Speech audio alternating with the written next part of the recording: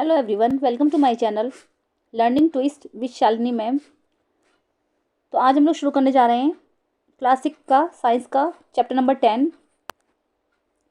ये नई बुक और जो पुरानी बुक्स हैं एडिशन के हिसाब से सब में चैप्टर्स का जो नंबर बदल दिया गया है, चैप्टर नेम वही है, ठीक है। उसी के बारे में डिस्कस करेंगे, तो आप लोग देख लेना कौन सी बुक से आप लोग पढ़ रहे हो।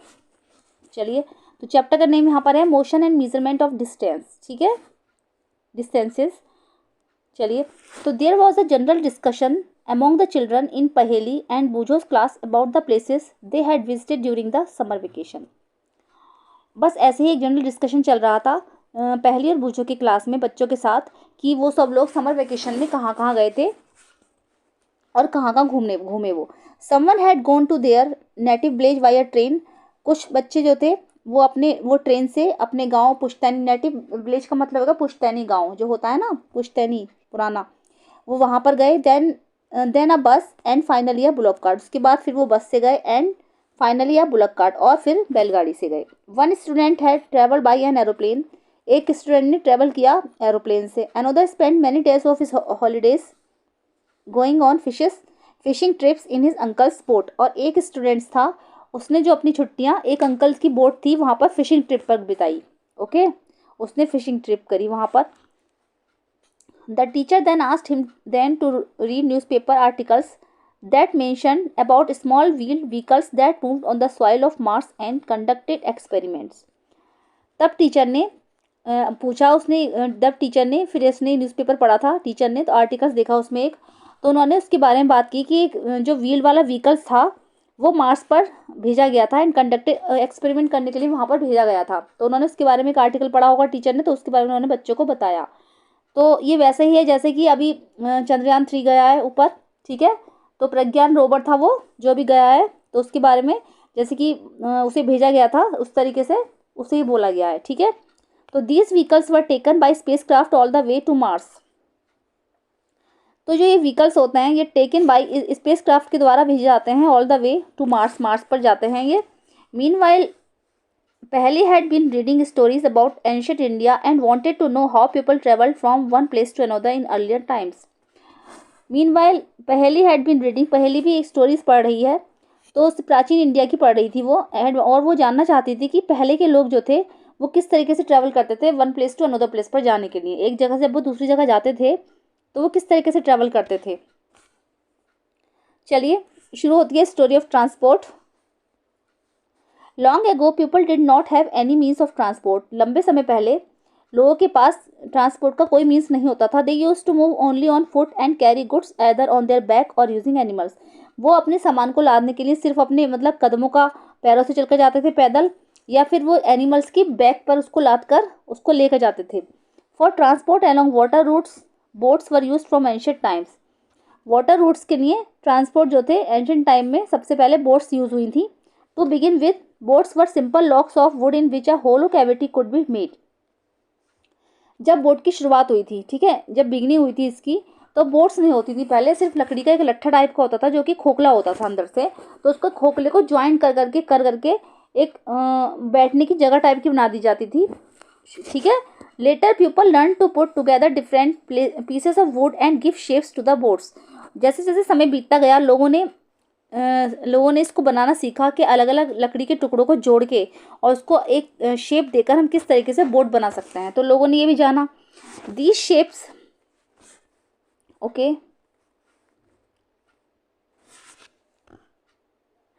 These shapes imitated the shapes of the animals living in water, ठीक है। और ये जो शेप्स थे, इमिटेटेड मीन्स नकल करना, the shapes of the animals living in water, जो वाटर में एनिमल्स रहते थे उस शेप्स की तरह बनाते थे वो नकल कर। Recall our discussion of this streamline shape of fish in chapters 8 and 9।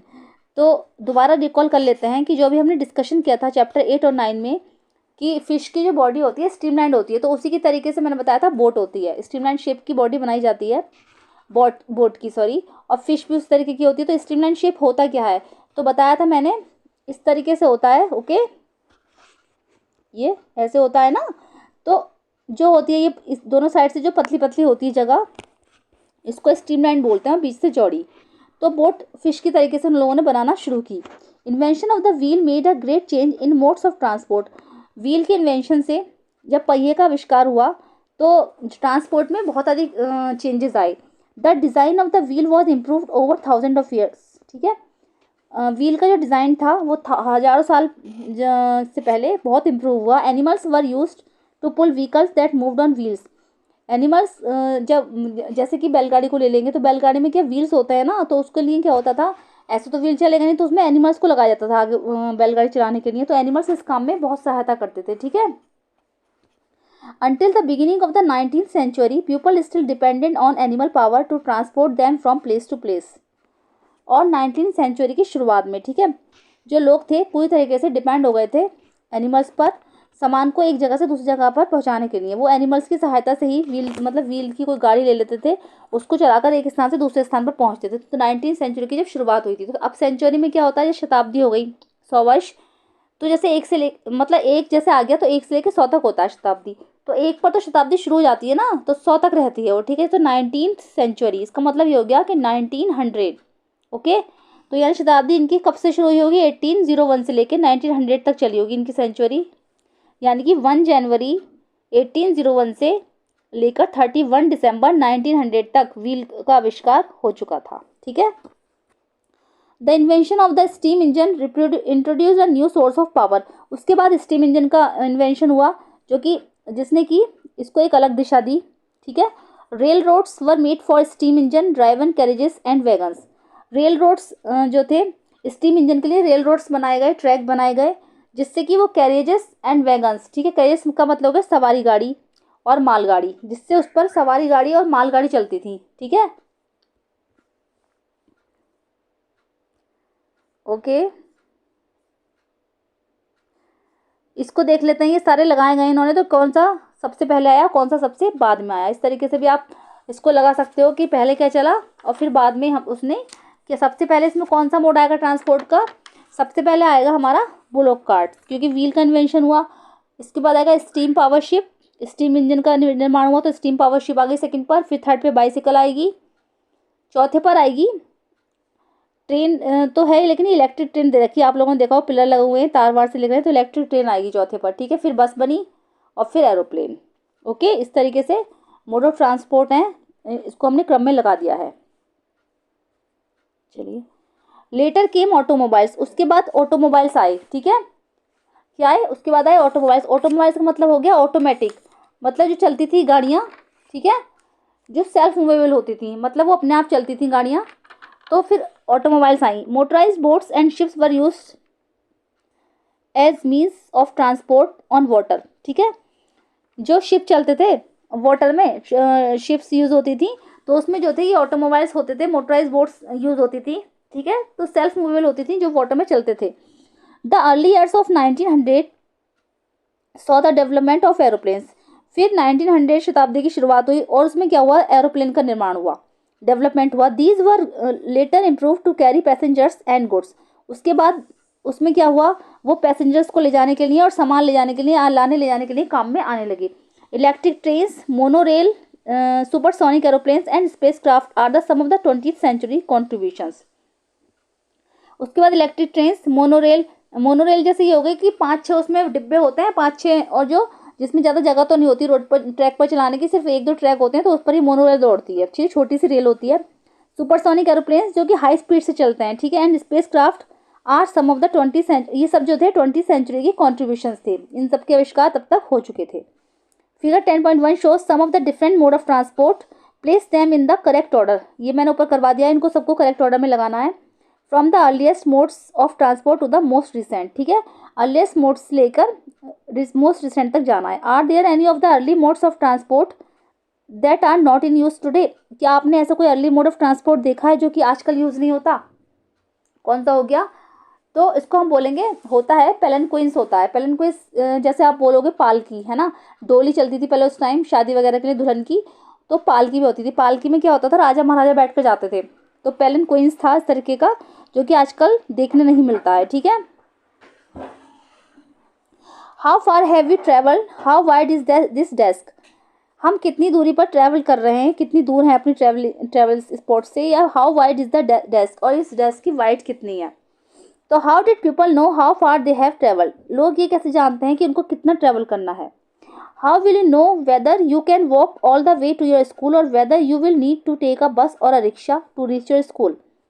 आप ये कैसे जानते हो कि आपको चलने के लिए अभी कितना और चलना है स्कूल जाने के लिए, या फिर आपको बस और रिक्शा की कहाँ से ज़रूरत पड़ेगी स्कूल पहुँचने के लिए। When you need to purchase something is it possible for you to walk to the market. जब आपको कुछ खरीदने के लिए बाहर जाना है तो क्या ये पॉसिबल है कि आप मार्केट वॉक करके जा सको। मतलब आपका मार्केट कितना पास है और कितना दूर है, कि मतलब आपको कैसे महसूस होगा कि हम तो पैदल ही चले जाएंगे, पास में ही है, या फिर हमें रिक्शा करनी है या ऑटो करना है। How will you know the answers to this question. आप इन क्वेश्चंस के आंसर्स कैसे दोगे। It is often important to know how far a place is. ये बहुत ही इंपॉर्टेंट क्वेश्चन है कि आपका जो प्लेस है वो कितना दूर है। So that we can have an idea how we are going to reach that place. तो फिर हमारे दिमाग में एक आइडिया आया कि how we are going to reach that, कि हम इस स्थान पर कैसे पहुंच सकते हैं। Walk, take a bus or a train, a ship, an aeroplane और इवन अ स्पेस क्राफ्ट। जैसे कि वॉक करेंगे या फिर बस या ट्रेन लेंगे, एक शिप, एक एरोप्लेन या फिर स्पेस क्राफ्ट। ठीक है, जैसे पास में होगा तो हम वॉक करके जा सकते हैं, थोड़ी दूर होगा तो बस से, फिर या नहीं तो फिर ट्रेन से, शिप से, एरोप्लेन से, और अगर ऊपर जाना है अंतरिक्ष में तो स्पेस क्राफ्ट की जरूरत पड़ेगी। ऐसा तो है नहीं कि हम बस से वो साइकिल वगैरह से जा सकते हैं। तो ठीक है, तो अलग अलग उसके लिए अलग अलग चीज़ें होती हैं। तो हमें पता कैसे चलेगा कि हमें किस चीज़ के लिए कितनी ज़रूरत है, या हम फिर उससे कितना दूर हैं। Sometimes there are objects whose length or width we need to know. यहाँ समटाइम्स कभी कभी ये जो कुछ ऐसे ऑब्जेक्ट्स दिए गए हैं जिनकी लेंथ और विथ की जो नीड हमें जानने की ज़रूरत होती है। In Paheli and Boojho's classroom there are large desk which are to be shared by 2 students. Paheli और बूझो के क्लासरूम में एक बड़ी सी डेस्क थी जिसको कि 2 स्टूडेंट शेयर करते थे। Paheli and Boojho share one desk but frequently end up fighting that the other is using a larger share of the desk. Paheli and Boojho एक डेस्क शेयर करते थे, लेकिन कभी कभी क्या होता था कि आपस में उनमें लड़ाई हो जाती थी कि कौन सा वाला जो था व्यक्ति है उसमें से स्टूडेंट वो लार्जर डेस्क का लार्जर जो पार्ट है वो शेयर कर रहा है। इस पे झगड़ा होता था उन लोगों का। On the teacher suggestion, teacher के सजेशन पर they decided to measure the length of the desk. उन्होंने डेस्क की लेंथ को मीजर करने का डिसीजन लिया। Make a mark exactly in the middle of it and draw a line to separate the 2 halves of the desk. उन्होंने आधे आधे हिस्सों में बांटने के लिए उस पर एक मार्क लगा दिया और सेपरेट करने के लिए। Both of them are very fond of playing gilli danda with their friends. ठीक है, मतलब उनसे बोला गया कि तुम सब ऐसे कर सकते हो कि इस पे हाफ हाफ कर दो इस पोर्शन को और कोई मार्क लगा दो। तो वो दोनों ही जो थे गिल्ली डंडा के शौकीन थे। बूझो brought a set of gilli and डंडा विद हिम। बूझो जो था एक गिल्ली और डंडा का एक सेट वहां से खरीद कर ले आया। Here is how they try to measure the length of the desk using the danda and the gilli. यहाँ पर ही देखेंगे कि उसने कैसे इसकी जो लेंथ थी उसको मीजर करने का ट्राई किया गिल्ली डंडा का उपयोग करके। ओके, फिगर 10.2 देख लेंगे। The desk seems to be having a length equal to of 2 danda lengths and 2 lengths of the gilli. ठीक है, डेस्क पर उसने क्या करा, 2 गिल्ली और 2 डंडा की लेंथ्स देखी, लगा लगा कर रखी। पिक्चर्स को देख लेंगे। Drawing a line in the middle of the desk leaves each of them happy with the half of the desk. ठीक है, इक्वल टू अ डंडा एंड अ गिल्ली इन लेंथ। आप उन्होंने क्या करा था, 2 गिल्ली और 2 डंडा लिए, तो उन्होंने एक गिल्ली रखी फिर एक डंडा रखा। ठीक है, उसके बाद फिर एक गिल्ली रखी फिर एक डंडा रखा, तो इससे जो टेबल जो थी हाफ हाफ में बढ़ गई। ठीक है, आफ्टर कुछ दिनों बाद क्या हुआ, वो दोनों खुश हो गए। After few days the mark line gets wipe out. और जो उनके जो निशान था उसका लाइन जो उन्होंने मार्क बनाया था वो वाइप आउट हो गया। Boojho now has a new set of gilli and danda as he lost his old one. ठीक है, उसके बाद बूझो जो था एक सेट गिल्ली डंडा का और ले आया जो कि उसने पुराना वाला जो था उसका खो गया था। हियर इज हाउ, तो यहाँ पर ये कैसे हुआ, the length of the desk seems to measure using the gilli and danda. 10.3 उसने यहाँ पर फिर इसको मीजर करने का प्रयास किया। देखो 10.2 में तो ये है बिल्कुल सही तरीके से मार्क हो गई है, लेकिन यहाँ पर क्या है, जैसे एक डंडा और एक गिल्ली रखी जा रही है तो फिर उसके बाद एक डंडा और एक गिल्ली आ नहीं रही आपस में, दोनों एक दूसरे के ऊपर चढ़ रही है, यानी कि जो सेट है ये छोटा आया है। उसकी जो डेस्क की जो थी सही इक्वल नहीं नापी जा रही है measurement. Okay, hello, now when measured with the new set of gilli and danda, the desk length seems to be about 2 danda lengths. 1 gilli length with a small length will still left out. This is less than 1 gilli length. Now what? ठीक है, वही है जो मैं बता रही हूँ कि उन्होंने एक गिल्ली रखी फिर एक डंडा और एक गिल्ली रखी, उसके बाद एक गिल्ली और एक डंडा, तो दोनों एक दूसरे के ऊपर चढ़ रही थी। तो वो सोच रहे थे कि अब हम क्या करें, तो उसकी जो लेंथ थी वो सही से नापी नहीं जा रही थी। वॉट वुड यू सजेस्ट पहली एंड बूझो डू। तो आप पहली बार बूझो के लिए क्या सजेस्ट करेंगे कि वो उसको क्या करना चाहिए? To measures the length of the whole desk, कि वो किस तरीके से वो सारी इसकी जो थी लेंथ को नाप सके। Can they use a cricket wicket and bails to measure the length, or do you think that this might create the similar problem? क्या उनको क्रिकेट विकेट या फिर बेल्स का यूज़ करना चाहिए इसकी लेंथ को नापने के लिए, या फिर अगर वो ऐसा करेंगे तो उनको सेम तरीके की प्रॉब्लम आएगी? One thing they could do it take a small length of string and mark 2 points on it. एक चीज़ थी जिससे कि वो उसकी लेंथ को नाप सकते थे, जैसे स्ट्रिंग ले लेंगे, 2 पॉइंट से उसको नाप लेंगे। This will be a string length, ठीक है। They can measures the width of the desk in string length, जिससे उसकी लंबाई चौड़ाई वो नाप सकते थे। फिगर 10.4 में देख लेंगे। How can they use the string to measure distances less than the length of the string? वो इस स्ट्रिंग से कैसे नाप सकते थे, या जो डिस्टेंसेस थी उसकी वो लेंथ की स्ट्रिंग से सही बैठती या नहीं बैठती? They can fold the string and mark it into half, 1/4 and 1/8। Okay, उन्होंने इसको फोल्ड किया हाफ में, फिर 1/4 में और 1/8 में फोल्ड किया, जिससे कि स्ट्रिंग की लेंथ हो गई। Now perhaps Paheli and Boojho can measure the exact length of the desk using the string. शायद अब पहले बीजों को जो डेस्क की एग्जैक्ट लेंथ मिल गई थी स्ट्रिंग का यूज करके। You would say that they should use the scale in their geometry box and solve their problem. ये शायद आप ये भी कह सकते हो कि उनको अपने ज्योमेट्री बॉक्स में जो स्केल था उससे भी वो नाप सकते थे, जिससे उनकी प्रॉब्लम सॉल्व हो सकती थी। यस ऑफ कोर्स, हाँ क्यों नहीं। Boojho has been reading about the way people use to measure distances before such standard scales were made and has been trying to follow different methods of measuring distances। बूझो ने ऐसे ऐसे लोगों की कहानियाँ पढ़ी थी जो कि इसको नापने के लिए कि स्टैंडर्ड स्केल्स का यूज़ करते थे, and has been trying to follow different, और इसको करने के लिए अलग अलग तरीके अपनाते थे, उसको बोलते थे जो कि मीजरिंग डिस्टेंस जो कि मीजरिंग डिस्टेंसेस के मेथड्स थे सारे, उनको किस चीज़ से करते थे, वो स्टैंडर्ड स्केल से नापते थे।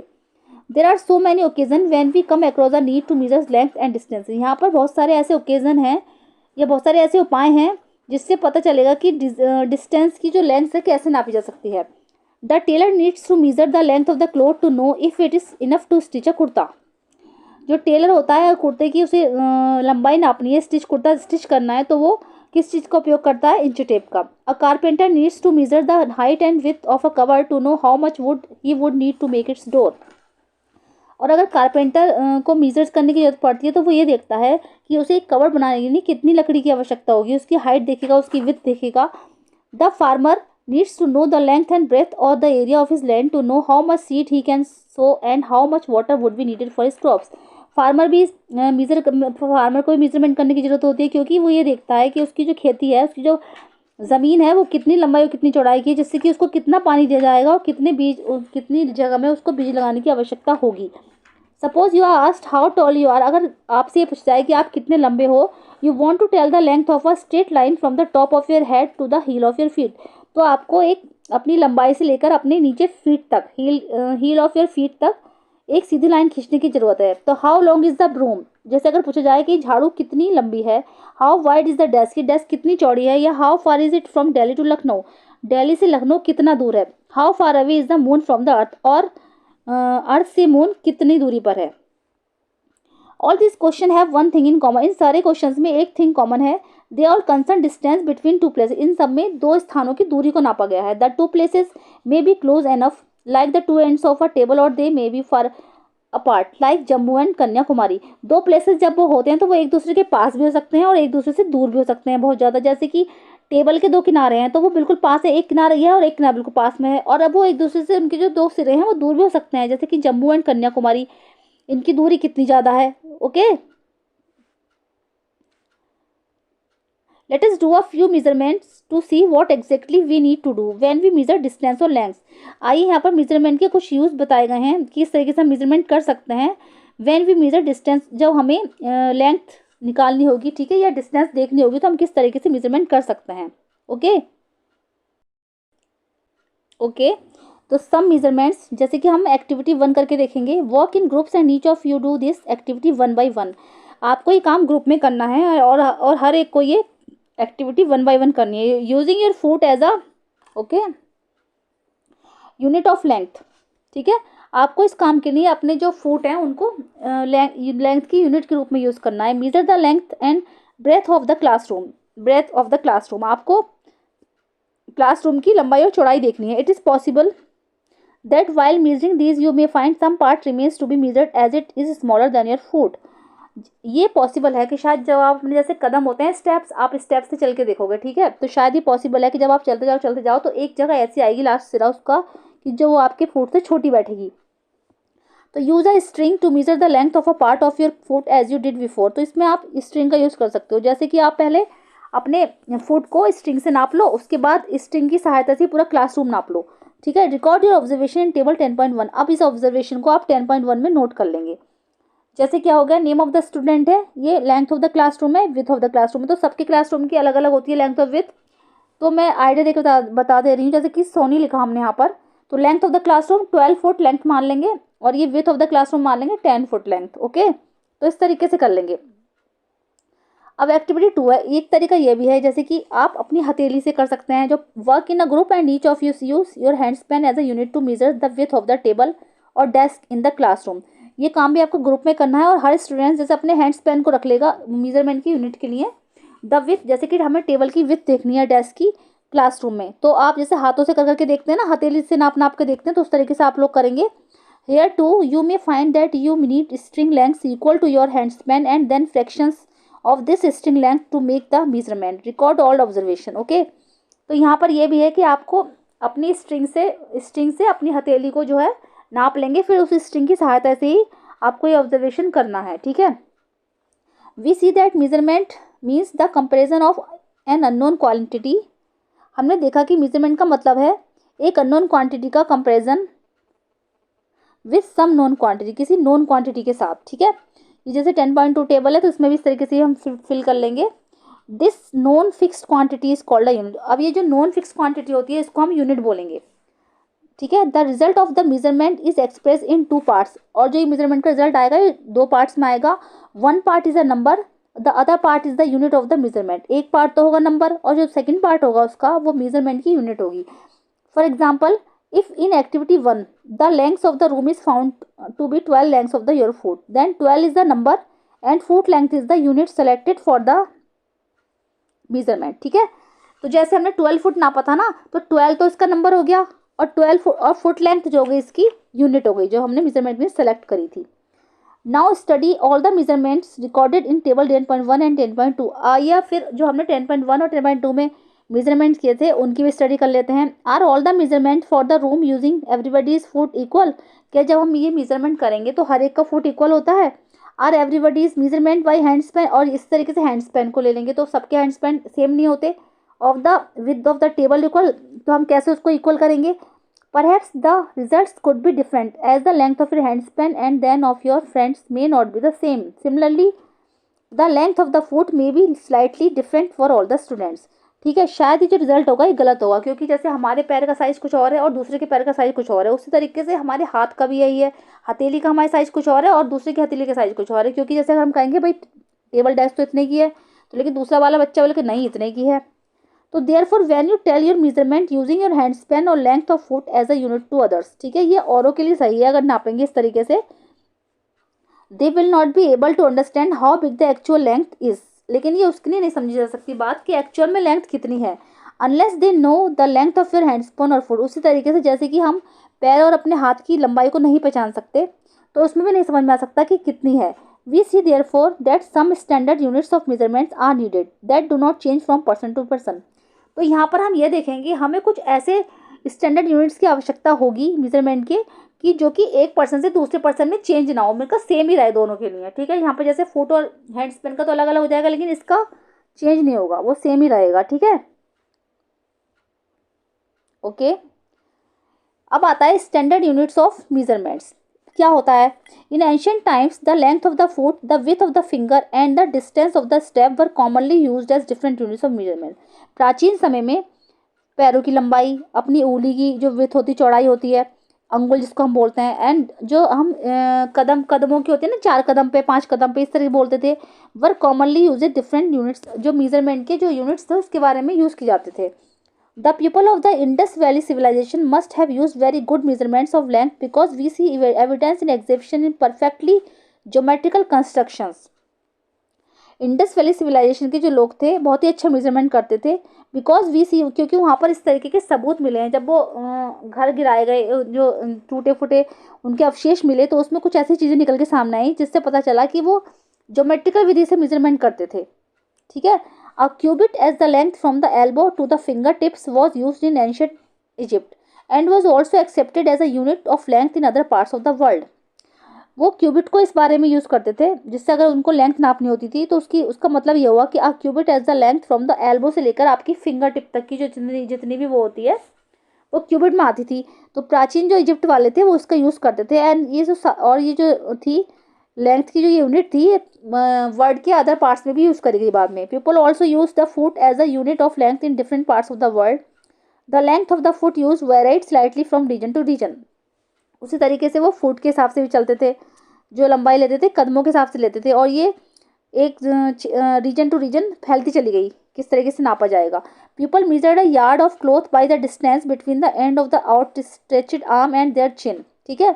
पीपल लोग जो थे यार्ड का उपयोग भी करते थे लंबाई चौड़ाई कपड़े की नापने के लिए। तो ये लंबाई जो होती थी हमारी चिन से लेकर और कहाँ तक की होती, आउट स्ट्रेच आर्म, जैसे हमने आर्म को अपने सीधा रख लिया, चिन से लेकर फिंगर टिप तक की लंबाई को हम इस यार्ड बोलते थे। The Romans measured with their pace of steps. ठीक है। और जो रोमन्स थे पेस ऑफ और स्टेप्स का यूज करते थे इस काम को लंबाई को नापने के लिए। In ancient India small length measurements use were N अंगुल। प्राचीन इंडिया में छोटी छोटी स्मॉल लेंथ को नापने के लिए अंगुल का यूज किया जाता था, और मुट्ठी फिस्ट का। Even today we can see flower sellers using their forearm as a unit of length for garlands in many towns of India. बल्कि आज के समय में फ्लावर सेलर्स जो होते हैं अपने फोर आर्म का यूज करते हैं लंबाई नापने के लिए for garlands in many towns of India. Many such body parts continue to be in use as unit of length when convenient. बहुत सारे बॉडी के पार्ट्स जो हैं वो भी लंबाई चौड़ाई नापने के काम में आते हैं, जैसे जैसे कन्वीनियंट हो उस तरीके से कर लेते हैं। However, everyone's body parts could be of slightly different sizes, क्योंकि जो हर एक के जो बॉडी पार्ट्स हैं वो अलग अलग साइजेस के होते हैं। This must have caused confusion in measurement. इस तरीके की मेजरमेंट में बहुत ज़्यादा कन्फ्यूजन पैदा होता है। इन 1790 the French created a standard unit of measurement called the matric system. French वालों ने 1790 में फ्रेंच ने एक स्टैंडर्ड यूनिट सिस्टम बनाया था जिसको हम मीट्रिक सिस्टम बोलते हैं। For the sake of uniformity, जिससे कि सब यूनिफॉर्म में रहे, किसी का चेंज ना हो, किसी का कुछ किसी का कुछ, तो सब यूनिफॉर्मिटी में रहे। Scientist all over the world have accepted a set of standard units of measurement. उन्होंने एक मेजरमेंट की एक स्टैंडर्ड यूनिट तैयार की। The system of units now use is known as the international system of units. अब ये system जो है इंटरनेशनल सिस्टम के नाम से जाना जाने लगा। ऐसा यूनिट्स भी बोलते हैं इसको हम, इंटरनेशनल सिस्टम ऑफ यूनिट्स के नाम से जाना जाने लगा। The SI unit of length is a metre. ये इंपॉर्टेंट क्वेश्चन है कि लेंथ की क्या होती है ऐसा यूनिट, तो मीटर होती है। A metre scale is shown in figure 10.6 also shown in the 15 centimetre scale in your geometry box. ठीक है। तो मीटर स्केल जो है फिगर 10.6 में दिखाया गया है, और 15 सेंटीमीटर स्केल आपके ज्योमेट्री बॉक्स में भी होता है। Each metre is divided into 100 equal divisions called centimetre. हर मीटर जो होता है वो 100 इक्वल डिवीजन में डिवाइडेड होता है, जिसको हम सेंटीमीटर बोलते हैं। Each centimetre has 10 equal divisions called millimetre. और हर सेंटीमीटर में 10 इक्वल डिविजन्स होते हैं जिसको हम मिलीमीटर बोलते हैं। 1 metre equal to 100 centimetre and 1 centimetre equal to 10 millimetre. For measuring large distance, बड़ी बड़ी दूरियां नापने के लिए metre is not a convenient unit. Metre जो है कन्वीनियंट यूनिट नहीं। We define a larger unit of length, it is called kilometre.